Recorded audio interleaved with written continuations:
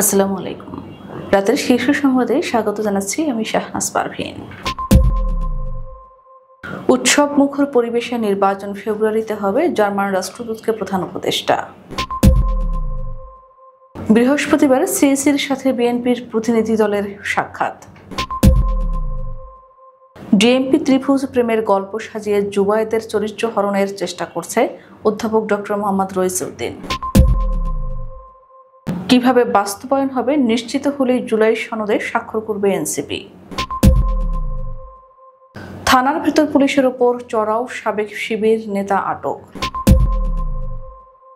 সরকারি ব্যাংকে খেলাপি ঋণ ১.৫ লাখ কোটি টাকা মূল্যায়নের পরিকল্পনা নিচ্ছে সরকার অর্থ উপদেষ্টা।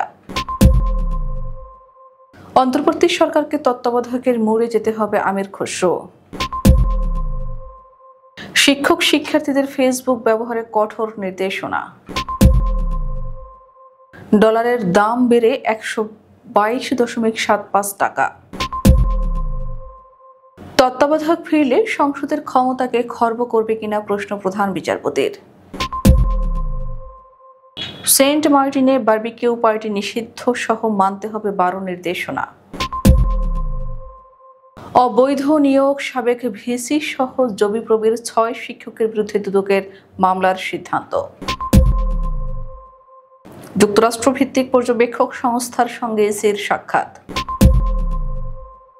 শুক্র শনিবার চলবে বিমানবন্দরের শুল্কায়ন কার্যক্রম। এবং উগান্ডায় সড়ক দুর্ঘটনায় নিহত ৪৬। শুনছিলেন শিরোনাম, এবার বিস্তারিত।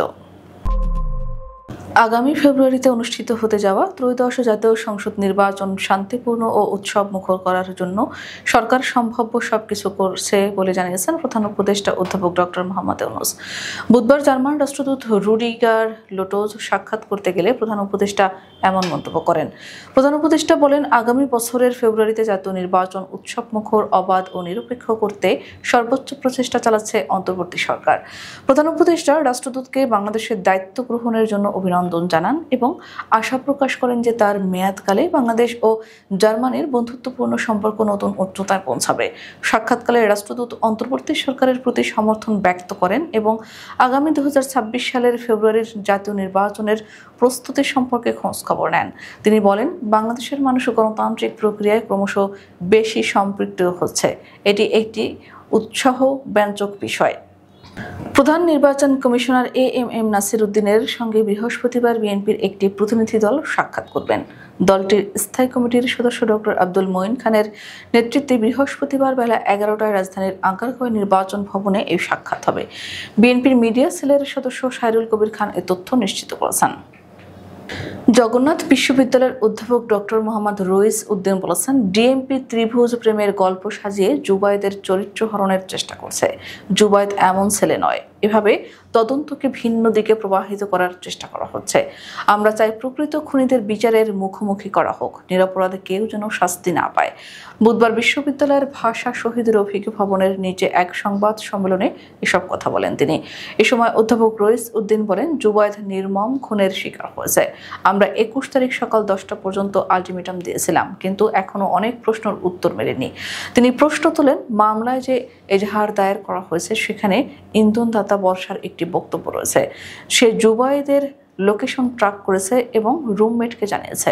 এটা প্রথম সূত্র হওয়ার কথা, কিন্তু কেন এজাহারে অন্তর্ভুক্ত করা হয়নি? তিনি আরও বলেন, সিসিটিভি ফুটেজে কালো ও লাল টি শার্ট পরিহিত ২ জনকে দেখা গেছে।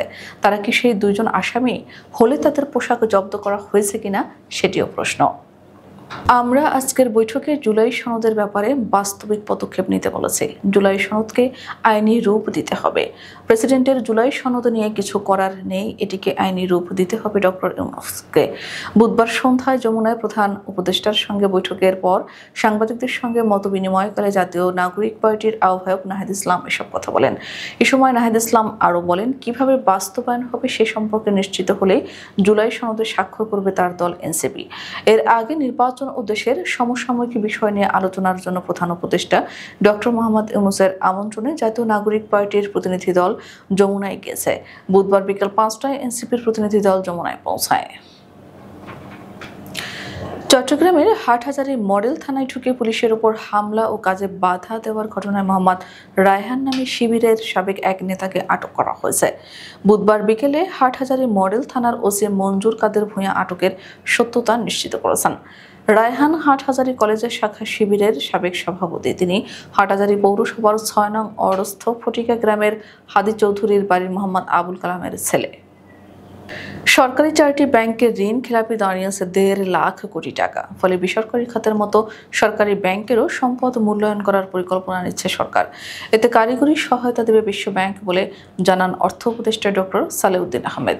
বিগত কয়েক দশকে সরকারি, বেসরকারি ও বিদেশি মিলিয়ে 61টি তফসিলি ব্যাংকে প্রায় 20 লাখ কোটি টাকার আমানত থাকলেও এর 4 ভাগের 1 ভাগ নানাভাবে লুটপাটে বেহাত হয়েছে ব্যাংক থেকেই। এমন প্রেক্ষাপটে দুর্বল হয়ে পড়া 5টি বেসরকারি ব্যাংক একীভূত করার প্রক্রিয়া শুরু করেছে সরকার। আরও কয়েকটির চলছে অডিট কার্যক্রম। এই অনিয়মের প্রতিযোগিতায় পিছিয়ে নেই সরকারি শীর্ষ ব্যাংকগুলো। অন্তর্বর্তী সরকারকে এখন থেকেই তত্ত্বাবধায়কের মোড়ে যেতে হবে বলে মন্তব্য করেছেন বিএনপির স্থায়ী কমিটির সদস্য আমির খসরু মাহমুদ চৌধুরী। বুধবার জাতীয় প্রেস ক্লাবে মুক্তিযোদ্ধা দলের আলোচনা সভায় বক্তৃতায় এ মন্তব্য করেন তিনি। আমির খসরু বলেন, দেশ বিদেশে সবাই এখন একটাই প্রশ্ন করছে, বাংলাদেশে নির্বাচন কবে হবে? নির্বাচিত সরকার ছাড়া 15 মাস ধরে দেশ চলছে, যা অস্থিতিশীলতা সৃষ্টি করছে। তিনি বলেন, এখন দেশে কোথাও কোনো জবাবদিহিতা নেই। সরকারি কর্মকর্তা কর্মচারী থেকে শুরু করে আইনশৃঙ্খলা বাহিনী, শিক্ষাঙ্গন, প্রশাসন সবখানি জবাবদিহির ঘাটতি দেখা যাচ্ছে। এই ঘাটতি কেউ অনুধাবন করতে পারছে না। বর্তমান সরকারের কাছে জনগণের কোনো প্রত্যাশা নেই, কারণ তাদের ম্যান্ডেট নেই। পরীক্ষার প্রশ্নপত্র ও খাতা মূল্যায়নের মতো সংবেদনশীল বিষয় সামাজিক যোগাযোগ মাধ্যমে ছড়িয়ে পড়ায় উদ্বেগ প্রকাশ করেছে শিক্ষা প্রশাসন। এর পরিপ্রেক্ষিতে শিক্ষক ও শিক্ষার্থীদের ফেসবুক সহ সব সামাজিক মাধ্যম ব্যবহারে কঠোর নির্দেশনা দিয়েছে মাধ্যমিক ও উচ্চশিক্ষা অধিদপ্তর। বুধবার জারি করা এক বিজ্ঞপ্তিতে সব শিক্ষা প্রতিষ্ঠান প্রধানের কাছে নির্দেশনা পাঠানো হয়। এতে বলা হয়েছে, সরকারি প্রতিষ্ঠানের সামাজিক যোগাযোগ মাধ্যম ব্যবহার নির্দেশিকা 2019 এবং সদ্য প্রণীত সাইবার সুরক্ষা অধ্যাদেশ 2025 অনুযায়ী অনলাইন আচরণবিধি লঙ্ঘন করলে তা জাতীয় নিরাপত্তার জন্য হানিকর ও শাস্তিযোগ্য অপরাধ হিসেবে গণ্য হবে।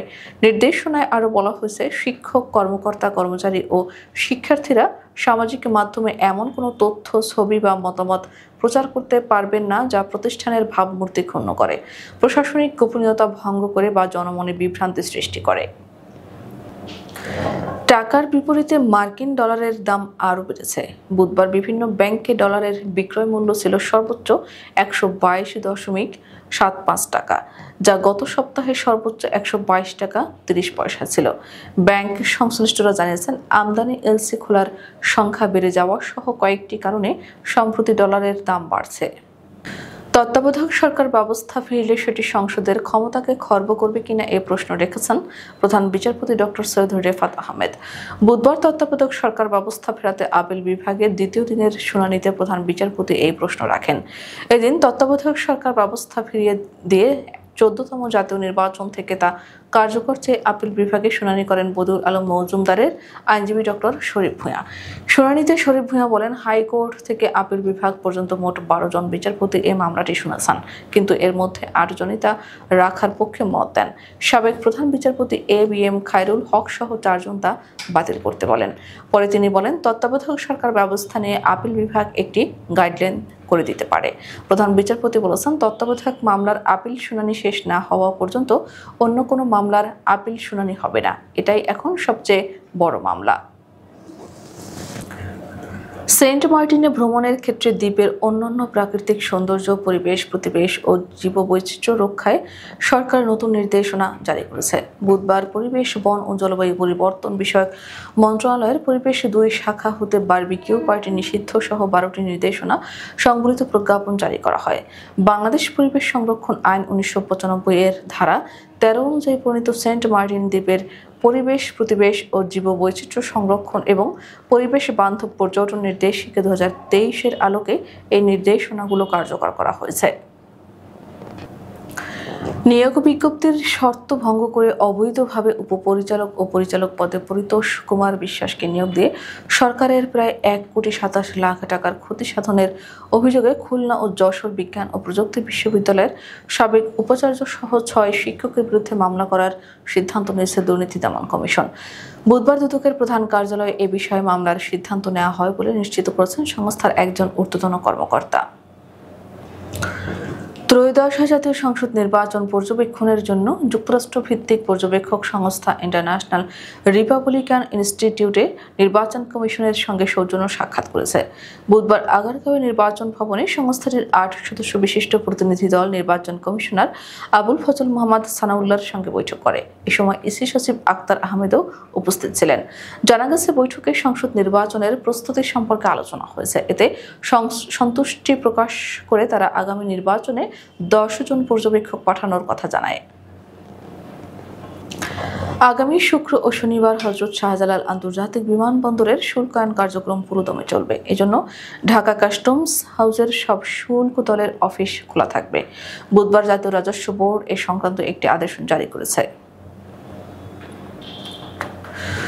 উগান্ডায় ভয়াবহ এক সড়ক দুর্ঘটনায় প্রাণ হারিয়েছেন অন্তত 46 জন। বুধবার গভীর রাতে ক্যাম্পালুগুলো মহাসড়কে এই মর্মান্তিক দুর্ঘটনা ঘটে বলে জানিয়েছে দেশটির পুলিশ। এতে বহু মানুষ আহত হয়েছেন। বিবিসির প্রতিবেদন অনুযায়ী স্থানীয় সময় রাত 12:15 একটি বাস ওভারটেক করতে গিয়ে বিপরীত দিক থেকে আসা আরেকটি বাসের সঙ্গে মুখোমুখি সংঘর্ষ হয়। সঙ্গে সঙ্গে আরও 2টি গাড়ি দুর্ঘটনায় জড়িয়ে পড়ে এবং একাধিক যান উল্টে যায়। আমাদের আগামীকাল দুপুরের শীর্ষ সংবাদ দেখার আমন্ত্রণ জানিয়ে এখনকার মতো বিদায় নিচ্ছি। দর্শক, ভিডিওটি শেষ পর্যন্ত দেখার জন্য আপনাকে অসংখ্য ধন্যবাদ। নিত্য নতুন সংবাদ পেতে আমাদের ইউটিউব চ্যানেলটি সাবস্ক্রাইব করুন ও নিয়মিত নোটিফিকেশন পেতে বেল বাটনে ক্লিক করুন এবং আমাদের ফেসবুক পেজটিতে লাইক করুন। এছাড়া আমাদের ভিডিওতে লাইক দিয়ে শেয়ার করুন। আল্লাহ হাফেজ।